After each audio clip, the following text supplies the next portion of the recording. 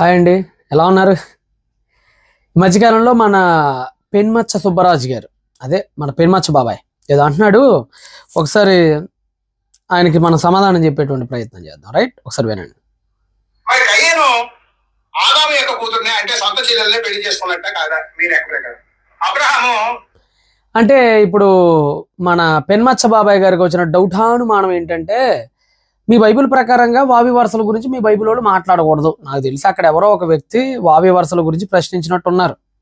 అప్పుడు ఈయన వారికి రిప్లై ఇస్తూ ఏమంటున్నాడంటే, బైబిల్లో ఉన్నటువంటి బైబిల్ నమ్మేటువంటి మీరు వావి వరుసల గురించి అస్సలు మాట్లాడకూడదు.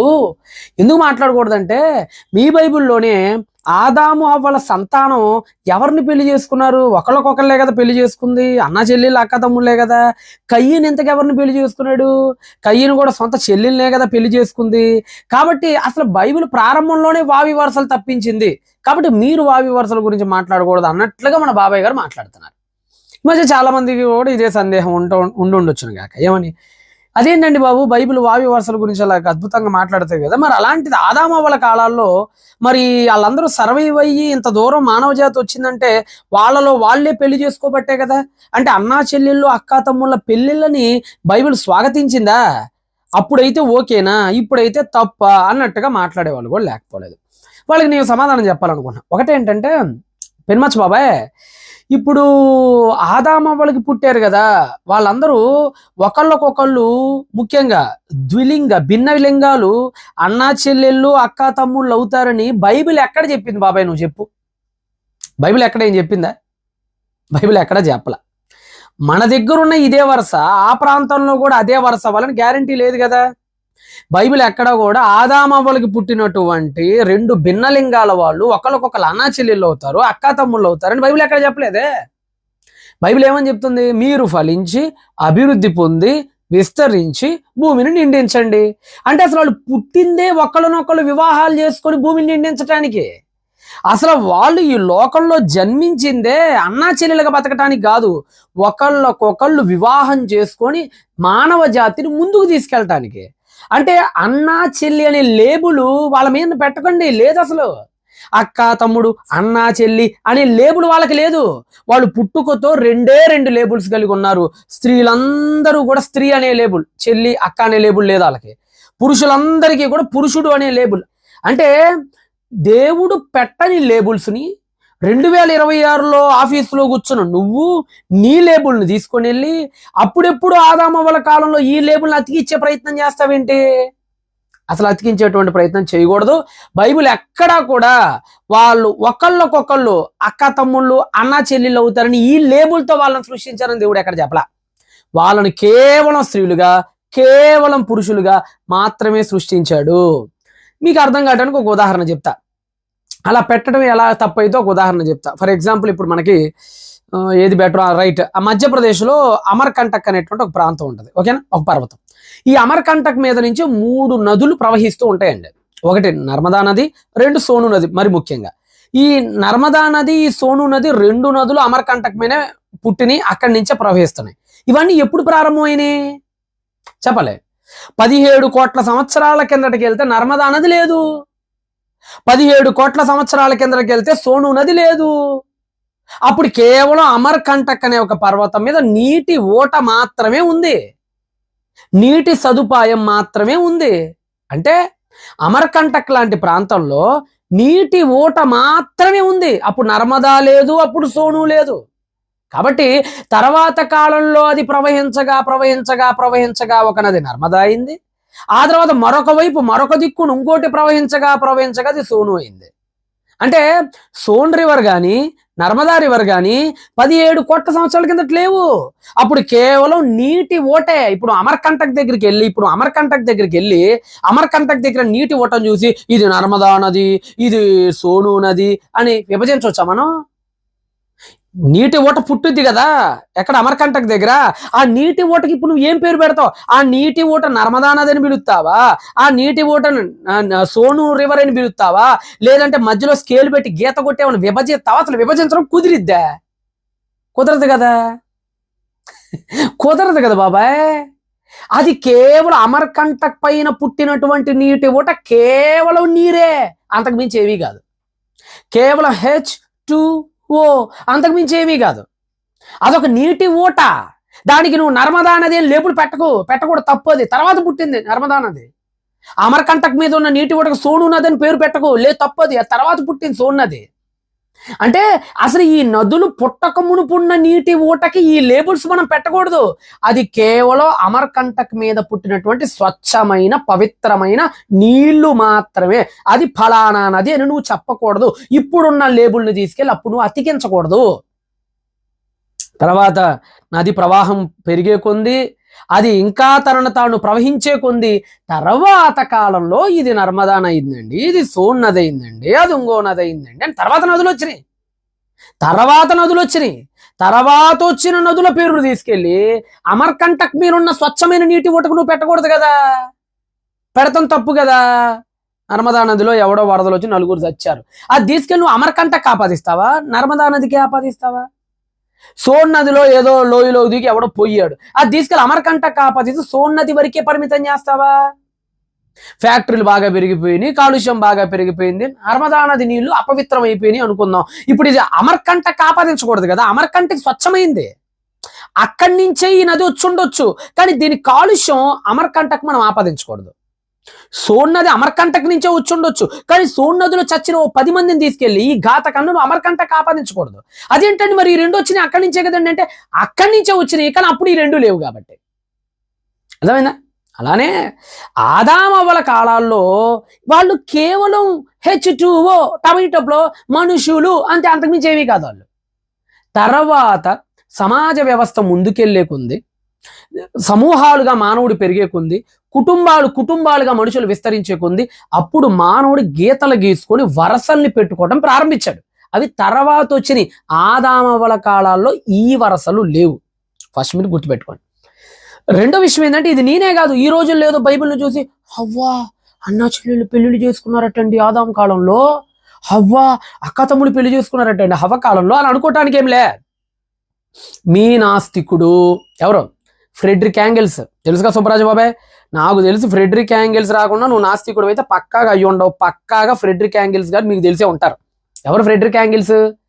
ఫ్రెడరిక్ యాంగిల్స్ అనే ఆయన ఒక మంచి తత్వవేత్త, అంతేకాదు దేవుడు లేడు అనేటువంటి మాటను నోటి మాటగా కాకుండా సైన్స్ ప్రకారంగా నిరూపించడానికి ఆయన చాలా ప్రయత్నాలు చేశాడు. ఆయన సైంటిఫికల్గా చాలా ఆ సమాధానాలు ఇవ్వడానికి చాలా ప్రయత్నాలు ఆయన చేశాడు. సఫలమైన విఫలమైన దేవుడు ప్రయత్నాలు అయితే చేశాడు, రైట్? అంతే కదండి. అసలు ఈ రోజు కమ్యూనిజం మార్క్సిజం అనే ఈ ఇజం పుట్టడానికి కూడా ప్రధాన కారుడు ఫ్రెడరిక్ యాంగిల్సే. కార్ల్ మార్క్స్ గారి పక్కనే ఉంటూ, కార్ల్ మార్క్స్ గారికి సహచరుడుగా ఉంటూ, కార్ల్ మార్క్స్ గారితో కలిసి ఈ ఇజాన్ని ముందుకు తీసుకెళ్ళాడు ఆయన. అంత గొప్ప ఆయన ఎవరు? Frederick Engels. ఆయన ఒక పెద్ద నాస్తికుడు, దేవుడు అసలు బొత్తిగా లేదని ప్రపంచానికి వాదించడంలో తన జీవితాన్ని మొత్తాన్ని ఖర్చు పెట్టాడు. ఇలాంటి ఫ్రెడరిక్ యాంగిల్స్ కూడా లెవిస్ మోర్గాన్ గారిని ఇన్స్పిరేషన్ గా తీసుకొని, ఆయన ఆంథ్రోపాలజిస్ట్ అండి మోర్గాన్ గారు, ఆయన్ని ఇన్స్పిరేషన్ గా తీసుకొని ఓ పుస్తకం కూడా రాశాడు. ఏంటి ఆ పుస్తకం? The origin of the families అని ఒక పుస్తకం రాశాడు. మీ అందరికి మేబీ చదివి ఉంటారు కదండి. చదవలేదా సార్? సుబ్బరాజ్ గారు చదవలేదా సార్ తమరు? ఓసారి ఆయన రాసిన ది ఆరిజిన్ ఆఫ్ ఫ్యామిలీస్ అనే పుస్తకంలో 58వ పేజ్ 60వ పేజీలో ఏం రాశాడో ఒకసారి మీరే చూడండి. ఇదిగోండి ఇప్పుడు మీరు చూస్తున్నారు కదా, ఇది ఫ్రెడరిక్ యాంగిల్స్ గారు రాసినటువంటి పుస్తకం, ది ఆరిజిన్ ఆఫ్ ఫ్యామిలీస్ అనేటువంటి పుస్తకం ఇది. ఈ పుస్తకంలో 58వ పేజీలో కన్సాంగ్వియన్ ఫ్యామిలీస్ గురించి ఆయన మాట్లాడుతున్నాడు. ఈ కన్సాంగ్వియన్ ఫ్యామిలీస్ గురించి ఆయన మాట్లాడుతూ కింద ఆయన ఏమంటాడంటే, ఆ రోజుల్లో బ్రదర్స్ కానీ సిస్టర్స్ కానీ ఒకళ్ళొక్కొక్కళ్ళు వివాహాలు చేసుకునేవాళ్ళు. అది ఆ రోజుల్లో సామాన్యమైనటువంటి ప్రక్రియ. ఈ రోజుల్లో ఉన్న కళ్ళద్దాలతో దాన్ని చూడాల్సిన అవసరం లేదు, దాని విషయంలో తప్పని పట్టాల్సిన అవసరం కూడా లేదు అన్నట్లుగా అనే భావం వచ్చేట్లుగా దానిని వ్యతిరేకించకుండానే ఆయన చాలా క్లియర్గా రాశాడు 58వ పేజీలో. చూశారు కదా? అంటే ఆయన చాలా క్లియర్గా చెప్తున్నాడు, ఒరే నాయన ఫ్యామిలీస్ 4 రకాలుగా డివైడ్ చేశారండి. ఫ్రెడరిక్ యాంగిల్స్ గారు కానీ మోర్గాన్ గారు కానీ ఫ్యామిలీస్ 4 రకాలుగా డివైడ్ చేశారు ఆది దశ నుంచి నేటి వరకు. ఒకటి కన్సాంగ్వియన్ ఫ్యామిలీస్. ఏంటి కన్సాంగ్వియన్ ఫ్యామిలీస్ అంటే? కన్సాంగ్వియన్ ఫ్యామిలీస్ చాలా చిన్నవి, చాలా తక్కువ, మానవజాతి ప్రారంభ దశ. ఆ ప్రారంభ దశలో వివాహాలు, లైంగిక సంపర్కాలు, సెక్సువాలిటీ అనేది ఈ కుటుంబాల మధ్య జరిగిపోయింది. That's means sister and brothers and sisters మధ్య జరిగిపోయింది. ఇది కన్సాంగ్వియన్ ఫ్యామిలీస్, ఇది మొదటి దశ. రెండవ దశ వచ్చేటప్పటికి పునలువా ఫ్యామిలీస్. ఏంటి పునలువా ఫ్యామిలీస్? పునలువన్ ఫ్యామిలీస్ అంటే ఏం లేదు, ఇది రెండవ దశ. మానవ జాతి ఇంత దూరం ఈ రోజు వచ్చిందంటే ఇది రెండవ దశ. ఏంటి పునలువన్ ఫ్యామిలీస్ అంటే? ఈ పునలువన్ ఫ్యామిలీస్ లో ఇన్సెస్ట్ మ్యారేజ్ రద్దు చేయటం జరిగింది. అనగా అక్క తమ్ముడిని పెళ్లి చేసుకోకూడదు, అన్న చెల్లెళ్ళని పెళ్లి చేసుకోకూడదు అని కుటుంబాల మధ్య లైంగిక సంపర్కాన్ని, కుటుంబాల మధ్య సెక్సువల్ రిలేషన్షిప్ని బ్రేక్ చేసి నటువంటి దశ ఈ పునలువన్ దశ. పునలువన్ దశ తర్వాత పేరింగ్ ఫ్యామిలీస్ తర్వాత మోనోగామిస్ ఫ్యామిలీస్ వచ్చినాయి అని నేను కాదు, ఆంథ్రపాలజిస్టులు చెప్తున్నారు. అంతేకాదు మీ నాస్తికత్వానికి అతి పెద్ద మనిషిగా కీర్తింపబడిన ఫ్రెడరిక్ యాంగిల్స్ గారు కూడా చెప్తున్నారు.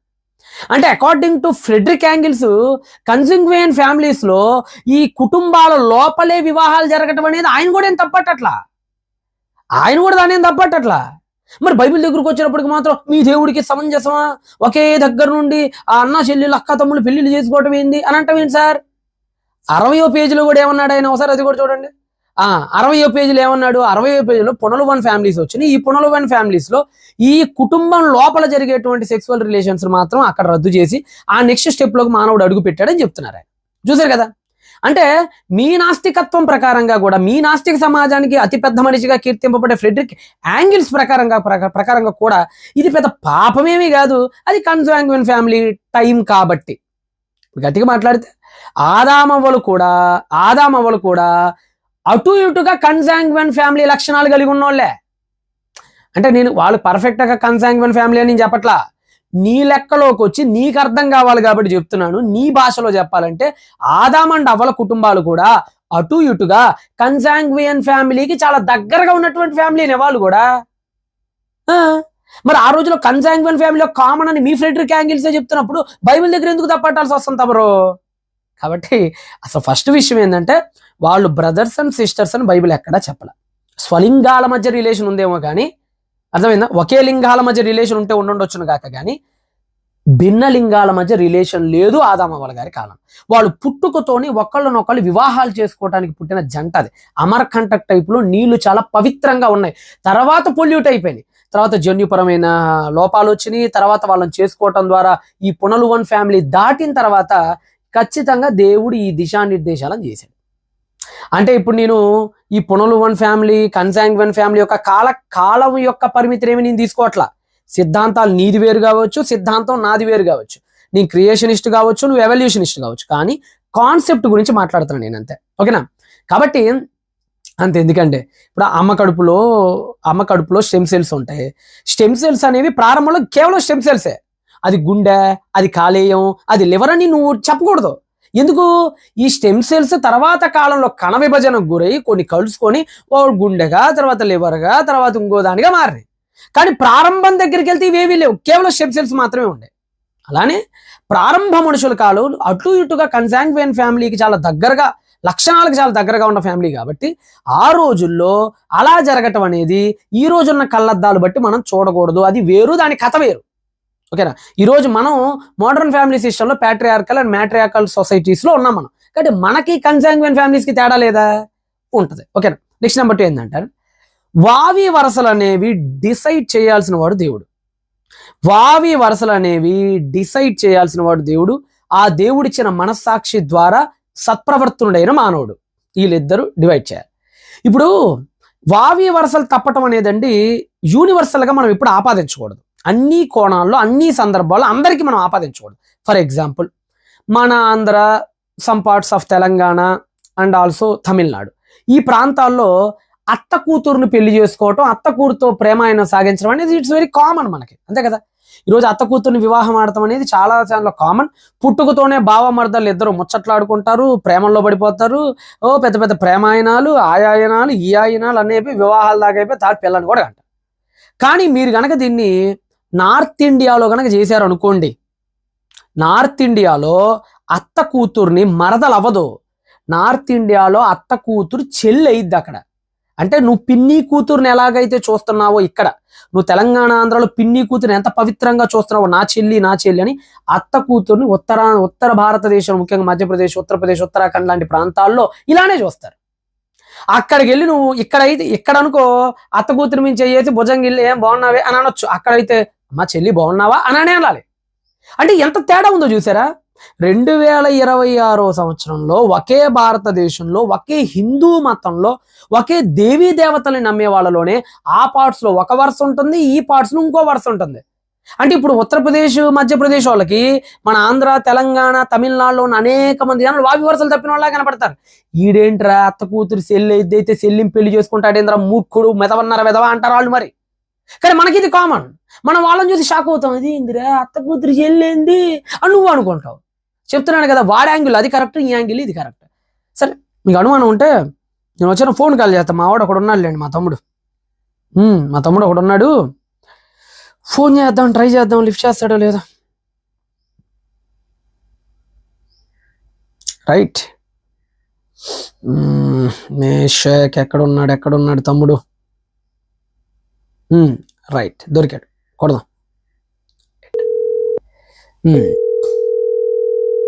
హలో మేషక్, ఎలా ఉన్నా నాన్న?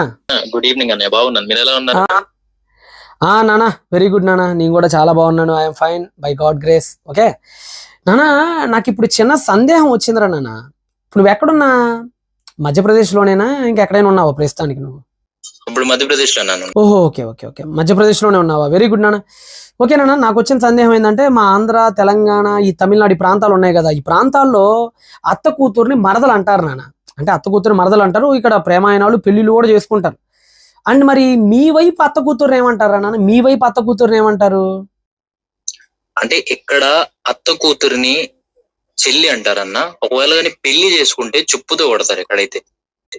వామ్మో, అత్త కూతుర్ని చెల్లి అంటారా? పెళ్లి చేసుకుంటే చెప్పుతో కొడతారా నాన్న? చాలా కొత్తగా ఉందిరా నాన్న ఇది. చెల్లి అంటారా? మరదలు కాదా చెల్లి అంటారా? మరదలేమవుదన్నా, చెల్లె అంటారు ఇక్కడ. చెల్లి అంటారా? అయ్యో, అదే నాన్న మా వైపు మరి అత్త కూతురులతో ప్రేమాయణాలు సాగుతాయి, పెళ్లిళ్ళు కూడా జరుగుతాయి కదా. మరి మీ వైపు ఇలా చేస్తే చెప్పు తీసుకొని కొడతారా?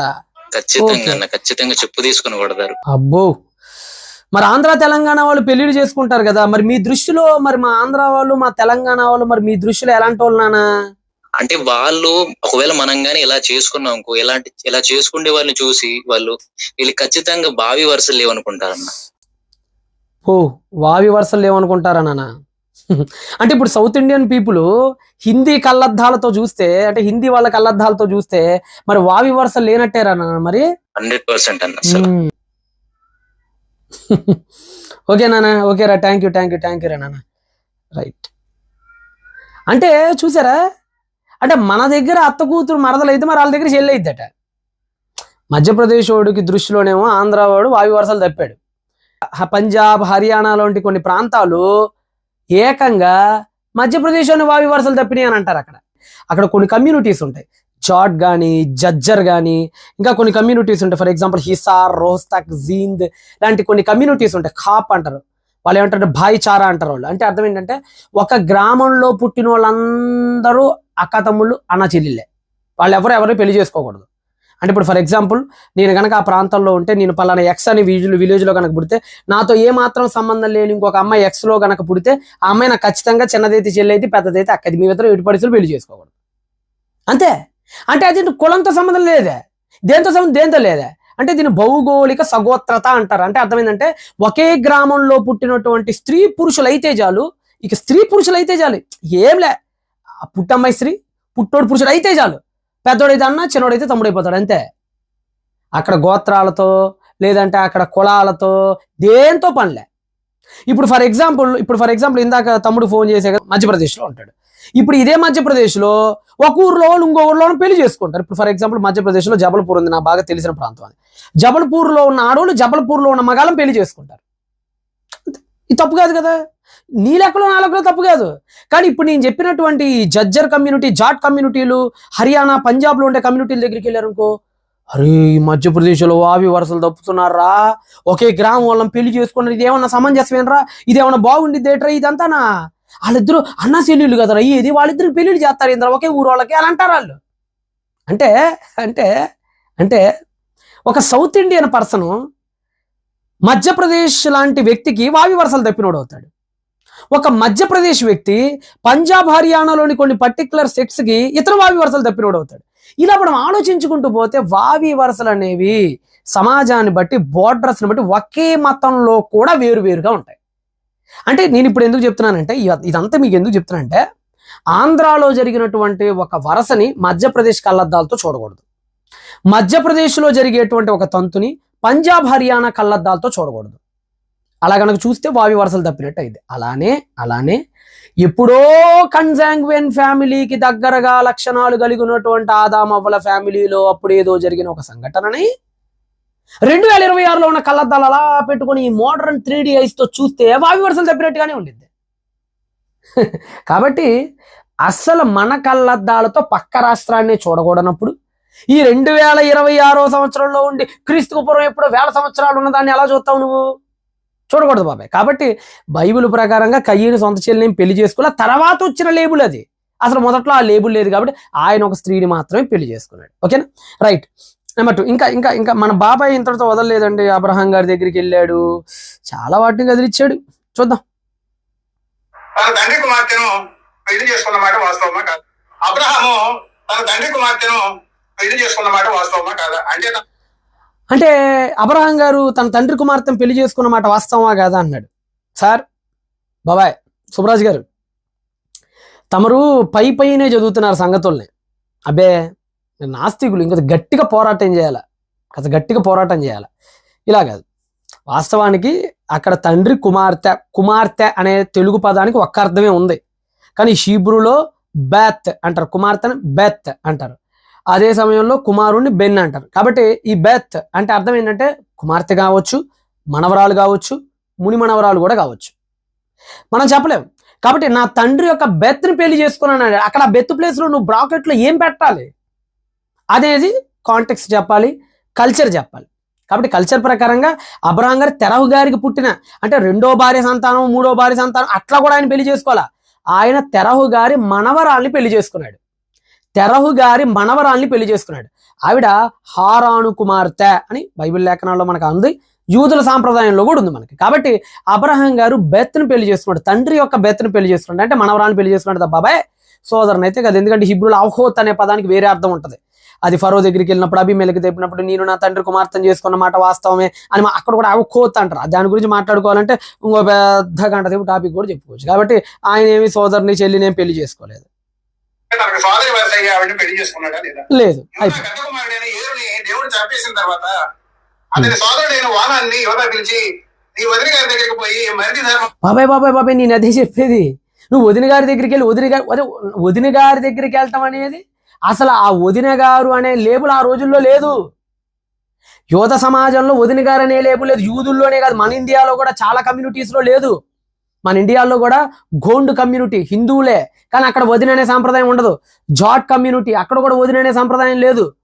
మన భారతదేశంలోనే చాలా చోట్ల సహోదరుడి యొక్క భార్యని వదినగా అనే లేబుల్ వాళ్ళు అతికించలేదు. ఒకవేళ మన హిందువుల్లోనే చాలా కమ్యూనిటీస్లో, మన హిందువులను ఎందుకన్నారంటే భారతదేశంలో ఎక్కువ వాళ్ళు మెజారిటీ ఉన్నారు కాబట్టి, హిందూ సమాజంలోనే ఇప్పటికీ నేటికి భర్త చనిపోతే ఆ నీ లెక్కలో అయ్యే వదినమ్మని పెళ్లిళ్ళు కూడా చేసుకుంటారు. ఇక్కడ మనుధర్మశాస్త్రంలో కూడా ఆ మాట ఉంది, కౌటిల్యుడి అర్థశాస్త్రంలో కూడా ఆ మాట రాశారు. కాబట్టి సోదరుడి భార్యని వివాహం చేసుకోవటం అనేది భారతదేశంలో కూడా ఉంది. అక్కడెక్కడ ఇజ్రాయెల్లోనూ సౌదీ అరబ్లోనే కాదు, భారతదేశంలో కూడా లెవరేట్ మ్యారేజెస్ అంటారు. అట్నే ఇప్పటికీ చాలా గిరిజన ప్రాంతాల్లో ఇదే సాంప్రదాయం ముందుకెళ్తుంది. కాబట్టి అదేమీ పెద్ద బూత్ ఏమీ కాదు. ఒకవేళ బూత్ అయితే భారతదేశంలో కూడా దాన్ని బ్యాన్ చేయాలి. మరి అట్లయితే ప్రకారం ఆమెకి సంతానాన్ని కనమని అని చెప్పి ఆదేశించాడా లేదా? వానాలు వదిన గారికి సంతానం కనడం ఇష్టం లేక అబ్బో ఓనాను వదిన గారికి అట గారికి అసలు లేబులే లేదు అక్కడ. అయ్యగారు పేరు పెట్టి దానికి గారు కూడా పెట్టారు. సరే, వెరీ గుడ్, గౌరవించడం తప్పలేదు. నెక్స్ట్ థింగ్, ఇష్టం లేక అంటే మరి వదిన గారికి పిల్లల్ని కంటే ఇష్టం లేకపోతే మరి తన శమన్ని ఎందుకు కింద విడిచిపెట్టాడు అంటే అయ్యగారికి అంటే మన ఒనా, అందుకని దీన్ని ఒనానిజం అంటారండి. అందుకనే టెక్నికల్గా కూడా ఇప్పటికీ మెడికల్ టెర్మినాలజీ ఏంటంటే ఎవరైతే సంభోగం చేసి ఆ శమన్ని కిందే విడుదల చేసేస్తారో దాన్ని ఇప్పటికీ కూడా ఒనానిజం అంటారు. ఎందుకంటే ఒనాన్ చేశాడు కాబట్టి దాన్ని. ఇప్పుడు సరే, ఈ విషయం మీకు ఎందుకు చెప్తున్నానంటే, ఒనాన్ అనేటువంటి ఈ వ్యక్తికి పిల్లలు పుట్టించడం మాత్రం ఇష్టం లేనప్పుడు ఏం చేయాలో మూసుకొని, నా వల్ల కాదు నాన్న, నేను అలా చేయలేను, రెండో వాడికి ఇవ్వని చెప్పాలా. కానీ చేసుకొని ఆవిడతో సుఖపడి ఆవిడతో సంతోషం అనుభవించి అంతా అయిపోయి ఆవిడని ఒక దిక్కు చేసి అసలు బిడ్డని ఇవ్వటం కోసమే ఆ తల్లి వచ్చేది. ఈ లోపల మళ్ళీ ఈడేం చేశాడు, అయ్యగారు బయటకు వదిలేశాడు శమన్ని. అంటే అసలు ఆ తల్లి వచ్చిందే ముందుకు సంతానాన్ని తీసుకెళ్ళటం కోసం, అది తప్ప ఇటు సుఖాలు భోగాలన్నీ అనుభవించి వదిలేశాడు. అందుకని దేవుడు కోపం చేసి పడేశాడు. ఏముందాడు తప్పు? వాడేమన్నా పెద్ద మంచిగా పూలెట్టి దండం పెట్టి ఏమన్నా ఆరతిత్త చూసుకుంటే ఏమన్నా చంపేశాడే ఏంది? రేటస్సుని నేల మీద వదిలేయడానికి కారణంగా దేవుడు అతన్ని చంపాడా లేదా? చంపాడు. చంపాడు, తప్పే కదా మరి, అందుకని చంపాడేసాడు. తామారికే స్వయంగా పిల్లల్ని కన్నమాట వాస్తవమా కాదా? వాస్తవమా కాదంటే అదే వాస్తవం. ఇంకొక వాస్తవం ఉంది. నువ్వన్నీ అర్ధ సత్యాలు చెప్తున్నావు బాబాయ్. అర్ధ సత్యాలు ఏంటంటే యోధా తన కోడలతో పిల్లల్ని కన్నాడా లేదా, ఓకే, కానీ దాని వెనక ఏముంది? తెలిసి కన్నాడా, తెలియక కన్నాడా, మరి జీవితంలో ఎప్పుడైనా ఆవిడ దగ్గరికి వెళ్ళాడా? బైబిల్ ఏం చెప్తుంది? యోధా తామారుతో పిల్లల్ని కన్నాడని చెప్పిన అదే బైబిల్ తలకాయ దించుకొని నడి రోడ్డు మీద దేవుడు బట్టలు ఒప్పదీసి నుంచోబెట్టాడు. ఆధ్యాత్మికంగా పరువు మొత్తం పోగొట్టుకున్నాడు యోధా. అందరి ముందు అర్థం అయిపోయింది ఆ సాక్ష్యం ఈయన ద్వారా జరిగిందని. అందుకని నువ్వు నాకంటే నీతిమంతురాలు అమ్మ అని చెప్పి తనకు తాను ఒక పాపాత్ముడిగా చెప్పుకొని తలకాయ దించుకొని బతికాడు. జీవితంలో మళ్ళీ ఆవిడ దగ్గరికి వెళ్ళలేదని కూడా బైబిల్ చెప్పింది. మరి ఇది కూడా చెప్పాలిగా తమరు. చెప్పపోతే ఎట్టా? చెప్పాలి. రూబేను తన తండ్రి ఉపపత్నిని కలిశాడా లేదా? రూబేను తన తండ్రి ఉపపత్తుని కలిశాడా లేదా? కలిశాడు. అది ఏం కొత్తగా వెళ్ళి యెరూషలేము వెళ్ళి బాగా తవ్వి రూబేను అనే పలక బాబు, రూబేను అనేవాడు తన పిన తల్లితో వెళ్ళాడు, ఇది బైబిల్ మనకు చెప్పలేదు, దాచిపెట్టేసింది అని నువ్వేమైనా కనిపెట్టి చెప్పావా? కాదు కదా సార్, మాస్టర్ గారు, కాదు కదా, ఉన్నదే కదా తమరు చెప్తుంది. అదే బైబిల్ ఇంకోటి కూడా చెప్పింది కదా. ఏం చెప్పింది? రూబేను తన పిన తల్లితో వెళ్ళాడని చెప్పిన అదే బైబిల్ అలా వెళ్ళినందుకు గాను దేవుడు గట్టిగా చాచి లెంపగాయ కొట్టి బర్త్ రైట్ మొత్తం వెనక్కి లాక్కొని బొచ్చ చేతికిచ్చి బెగ్గరగా బతుకుపో అని చెప్పాడని కూడా బైబిల్ చెప్పింది కదా. జన్మ స్వాతంత్రం పోగొట్టుకున్నాడు కదా రూబేను. వాళ్ళ నాన్న శపించాడు కదా, నువ్వు కంటికి కనపడకుండా వెళ్ళిపోరా బాబు ఇక్కడి నుంచి అని, అచంచురుడు నీలవలే అయిపోతామని చెప్పాడు కదా. అంటే బర్త్ రైట్ పోయింది, బెగ్గర అయింది, బొచ్చెట్టుకుంది చెప్పవు, పినతడితో పోయిందే చెప్తావు. తద్వారా తను ఎదుర్కొన్న కాన్సిక్వెన్సీస్ ఏంటి, దేవుడు అతన్ని ఎలా శిక్షించాడు, దేవుడు దాన్ని ఆమోదించాడా, దేవుడు దాన్ని వ్యతిరేకించాడా, అబ్బెబ్బెబ్బెబ్బే మనకు అవన్నీ నష్టవులేండి, మనం చెప్పం. అమ్రాము తన మేనత్తని చేసుకున్నాడా లేదా? అమ్రాము తన మేనత్తని చేసుకున్నాడా లేదా? ఇక్కడ కూడా క్లారిటీ ఇస్తా. మేనత్తని ఏమీ కాదు, మేనత్త కూతుర్ని చేసుకున్నాడు. ఎందుకంటే మెజోరాటిక్ టెక్స్ట్ లో అలా పడింది, కానీ సెప్టువసెంట్ లో మేనత్త కూతుర్ని చాలా క్లియర్ గా ఉంది. కాబట్టి దాని విషయంలో కూడా పెద్ద అభ్యంతరపడాల్సిందేమీ లేదు. లోతు తన ఇద్దరు కుమార్తెలకు సంతానానికి అన్నాడా లేదా? లోతు తన ఇద్దరు కుమార్తెలకు సంతానానికి అన్నాడా లేదంటే అయిపోయిద్దా? దాని వెనక ఏం జరిగి శాట భారతం ఉంటుంది కదా బైబిల్, శాట భారతం అంతుంది, ఎంత ఉంది కథ. అతను ఆ రోజు వెళ్ళటం, అసోదముగా రాకపోవటం, అక్కడ దరిద్రాలు జరగటం, తర్వాత దేవుడు బయటకు రమ్మని చెప్పటం, అయ్యగారు రాకపోవటం, వాళ్ళ తర్వాత రావటం, ద్రాక్షరసం ఇవ్వటం, ఆ తర్వాత బిడ్డలు వెళ్ళటం, అతనికి తెలియకుండా సంభోగించడం, తర్వాత బిడ్డలు పోటటం, తర్వాత దేవుడు శపించటం, ఎంత ఉంది కదా బాబాయ్. ఇవన్నీ చెప్పకుండా నువ్వు పైన చెప్పేది ఎట్ట చెప్పు? నువ్వు ఎట్ట చెప్పు? మనుషులు పిచ్చుకొక్కను కొట్టారు అని మాత్రమే చెప్తున్నావు. ఎందుకు కొట్టారు? ఆ పిచ్చుకొక్క ఎన్నిసార్లు గడిచింది, ఎంతమంది పిల్లలు కాదు, అది కూడా చెప్పు. అది కూడా చెప్తే కదా ఈ కొట్టింది న్యాయమో కాదు అర్థమైద్ది. సైనికుడి పెళ్ళాన్ని బషబని తీసుకొచ్చి మానభంగం చేసిన మాట వాస్తవం. దావీదు గారు సైనికుడి పెళ్ళాన్ని రాజభవనానికి తీసుకొచ్చి మానభంగం చేసి, మానభంగం మర్డర్లు ఏమీ జరగలేదు బాబాయ్. ఆవిడ కూడా మానభంగం అంటే నోట్లో గొడ్డ కుక్కేసి చేయటం కదా బలవంతంగా. బలవంతంగా ఏమీ జరగలేదు. ఆవిడికి కూడా సగం ఇష్టంతోనే వచ్చింది. ఆవిడ కూడా ద్రోహం పాలిభాగస్తురాలు అయింది. అక్కడ అన్యాయం అయిపోయింది ఊరియా. అందుకనే దేవుడు సావగొట్టి చెవులు మూసాడు దావీదుని. సింహాసనం నుంచి కిందకి దింపి పరిగెత్తాడు, లంగోట వేసుకొని పరిగెత్తినట్టు చేశాడు. చెప్పులు లేకుండా పరిగెత్తాడు. చివరికి కోడితే దేవుడు ఒక దెబ్బ కోడితే చెప్పులు లేకుండా కింద పరిగెత్తాడు అనమాట మన దావీదు అయ్యగారు. ఆ రోజు దేవుడు దాన్ని మర్చిపోలా. చివరికి చచ్చిపోయేటప్పుడు కూడా రాశాడు ఊరియా భార్యకి అన్యాయం చేశాడు దావీదని. అంతేకాదు, దావీదు చచ్చిపోయి 1000 సంవత్సరాల తర్వాత రాయబడినటువంటి మత్తయి సువార్తలో కూడా ఇంకా మర్చిపోకుండా ఊరియా భార్యగానే పేర్కొన్నాడు ఆవిడ్ని. దేవుడు ఊరియా తరపున పెద్ద యుద్ధమే చేశాడు దావీదుతో. దావీదు లాంటి 4 కొడుకులను చంపేశాడు ఆ రోజు దావీదు చేసిన దానికి. అవి కూడా చెప్పండి బాబాయ్. సగం చెప్పి దేవుడు ఏందో వాళ్ళిద్దరిని ఆశీర్వదించి దీవించి ఇద్దరికి తిలకం పెట్టేసి అలాగ హారతి ఇచ్చినట్టు చెప్తారేంటి? కొట్టిన దెబ్బ కూడా చెప్పండి. ఆ తర్వాత ఆమె భర్తను చంపేసి ఆమెను ఇంట్లోకి తీసుకొచ్చి భారీగా చేసుకున్నమాట వాస్తవమా కాదా? అలా వారిద్దరు అక్రమ సంతానమే కదా సొలొమోను. మరి సొలొమోను ప్రపంచంలో ఉన్న అందరికంటే తెలివైన వాడు అని చెప్పి క్రైస్తవులు ఎత్తి కీర్తిస్తున్నారు. అదేంది అర్థం కాల నాకు, అర్థం కాల. అదేంది సొలొమోను అక్రమ సంతానం అన్నాడు, ఓకే.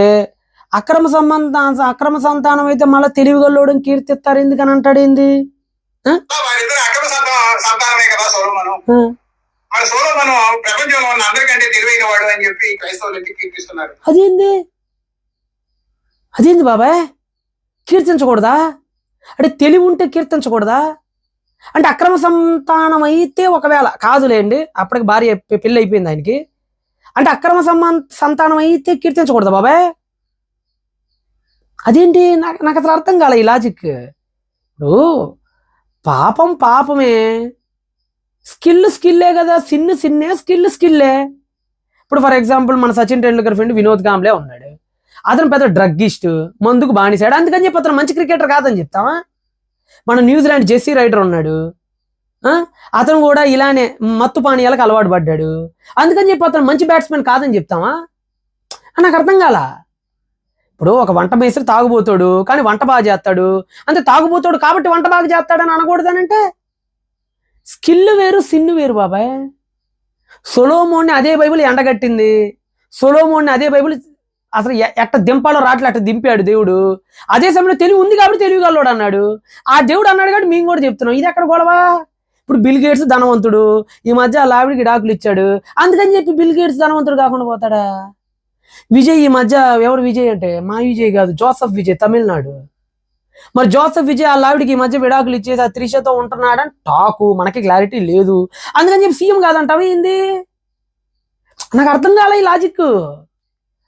అక్రమ సంతానం కాదు అసలు మొదట. సరే ఒకవేళ అయినా కానీ తెలివిగల్లోడు ఎందుకు కీర్తిస్తారంటారు? ఇది తెలివిగల్లోడు కాబట్టి తప్పదు, మరి ఏం చేద్దాం. అదే సమయంలో పెద్ద పాపిస్తోడు అని కూడా అంటాం మేము అప్పుడప్పుడు, అంటే ఇంత ఘాటుగా అనవలే కానీ పెద్ద పాపం చేసేయడం కూడా అంటాం, మరి మేమే అంటాం, రెండు అంటాం, మరి అది కూడా ఒకసారి వినాల్సిందే. సొలొమోనుకి 700 మంది భార్యలు, 300 మంది ఉపపత్నులు ఉన్నమాట వాస్తవమా కాదా? అది మీరేమి వీళ్ళు అక్కడేమి ఎంక్వైరీ చేసి భార్య లిస్ట్ ఏమి బయటికి తేలేదు, అది కూడా బైబిల్ చెప్పింది వాస్తవం, ఇంకేముందాడా? బైబిల్లో దేవుడు మీరందరూ యుద్ధానికి వెళ్ళండి, వాళ్ళని చంపండి, పురుషులందరినీ చంపండి, పురుష సంయోగం ఎరిగిన స్త్రీలందరినీ చంపండి, పురుష సంయోగం ఎరగని స్త్రీలను మటుకు మేము మీకోసం ఉంచుకోండి, అందులో నాకు వాటా ఇవ్వండి అని చెప్పి అడిగిన మాట వాస్తవం. అర్థం కాల.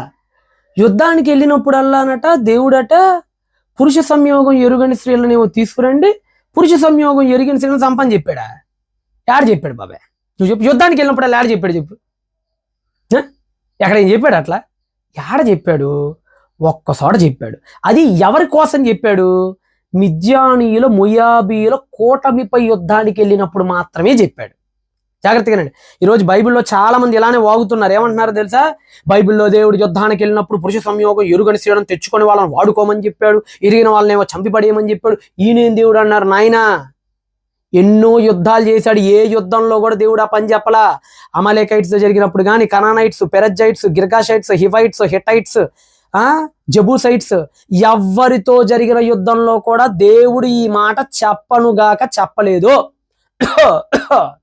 ఓకేనా? మరి ఎక్కడ చెప్పాడు? ఒక్కసారి చెప్పాడు. అది కూడా ఎవరి దగ్గర చెప్పాడు? మిద్యాను మొయాబు కూటమి గురించి చెప్పాడు. అక్కడే ఎందుకు చెప్పాడు? ఆ యుద్ధంలోనే అలా చేయమని ఎందుకు చెప్పాడు? అన్ని యుద్ధాల్లో చేయమని, ఒక్క యుద్ధంలో చేయమని, ఆ యుద్ధంలో కూడా ఎందుకు అలా చేయమని చెప్పాడు? చేయాలి కదా ఎంక్వైరీ, నాస్తిక బాబాయ్, చేయాలి కదా. అసలు దానికి ముందు బ్యాక్గ్రౌండ్ ఏం జరిగింది?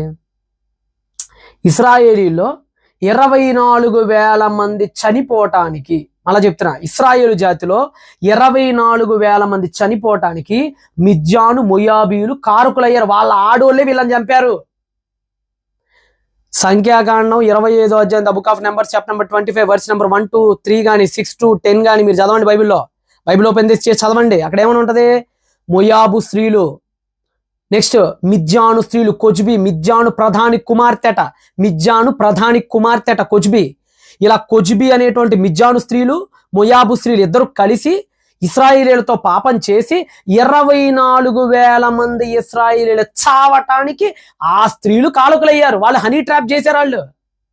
వాళ్ళు హనీ ట్రాప్ చేసి 24,000 మంది చావు కారకులయ్యారు, మిద్యాను మొయాబు స్త్రీలు.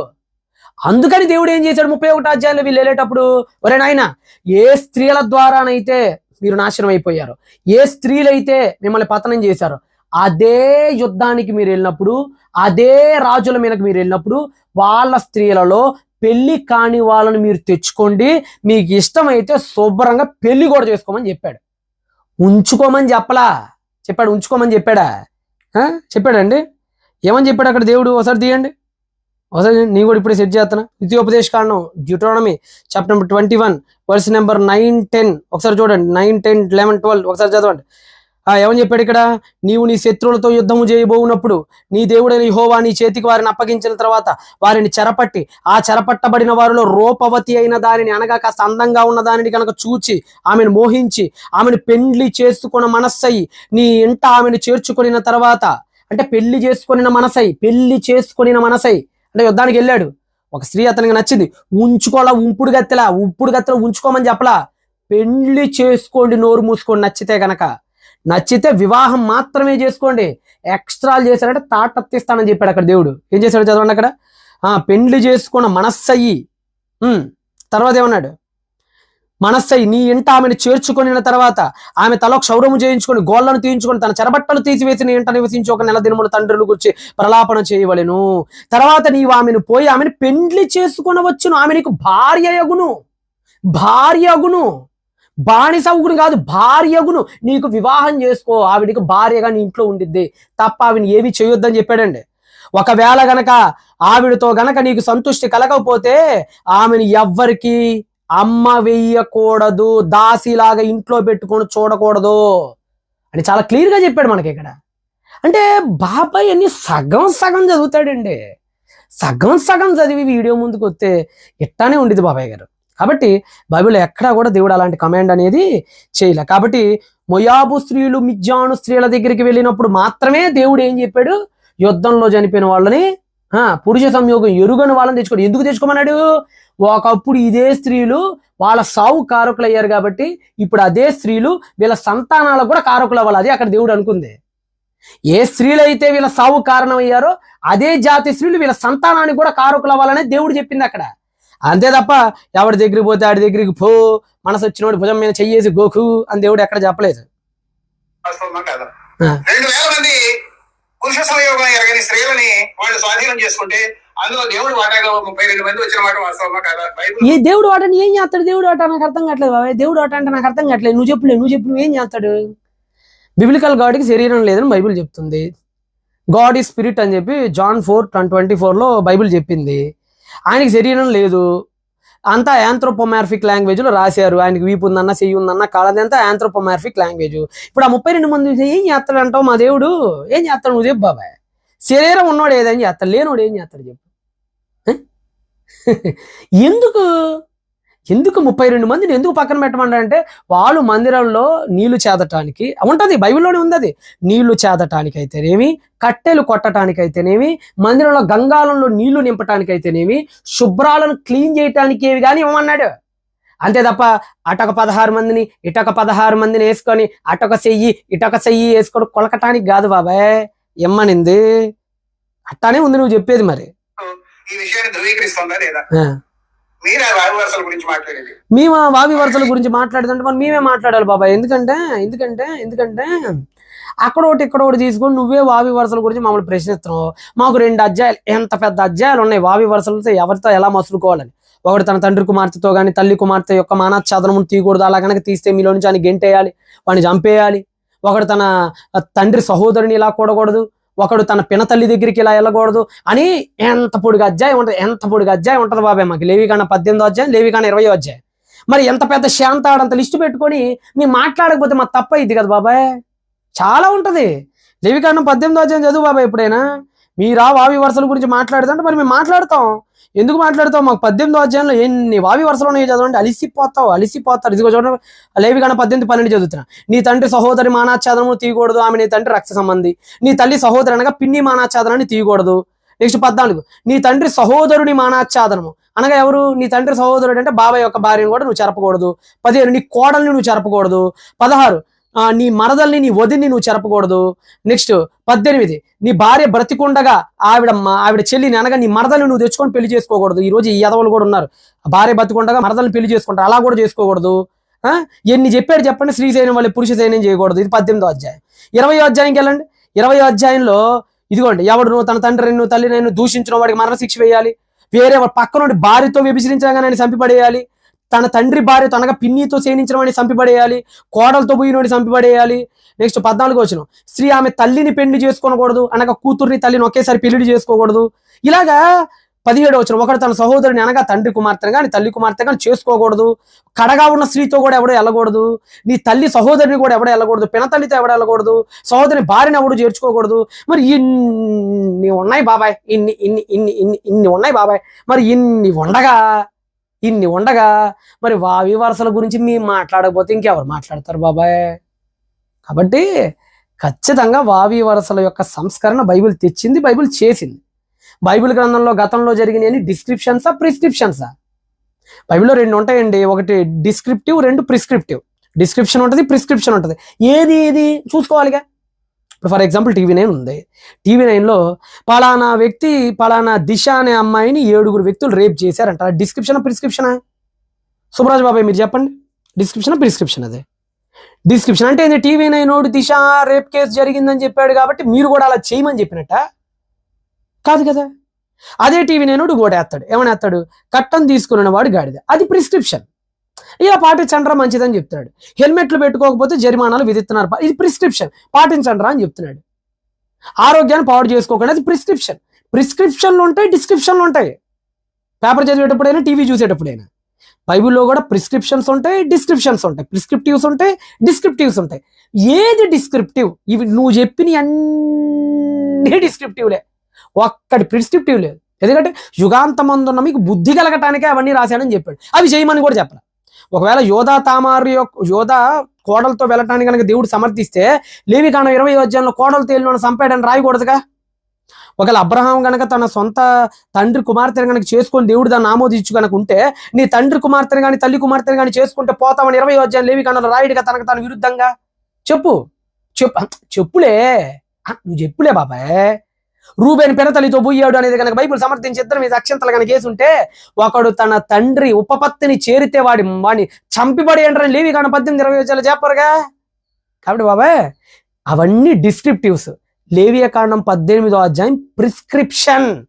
అది మేము పాటించాల్సిందే. కాబట్టి ముందు వెనక తెలియకుండా, ఏంది తలా తోక తెలియకుండా, ఏకీ జడ్డికి మధ్య ఎన్ని అక్షరాలు ఉన్నాయో తెలియకుండా ఒక్కడి గూగుల్లో అలా కొట్టేసుకొని అలా చదివేసుకొని వీడియో ముందుకు వచ్చేసి అనవసరంగా వీడియోలు చేయమాకు బాబాయ్, మాకు తలపోటును.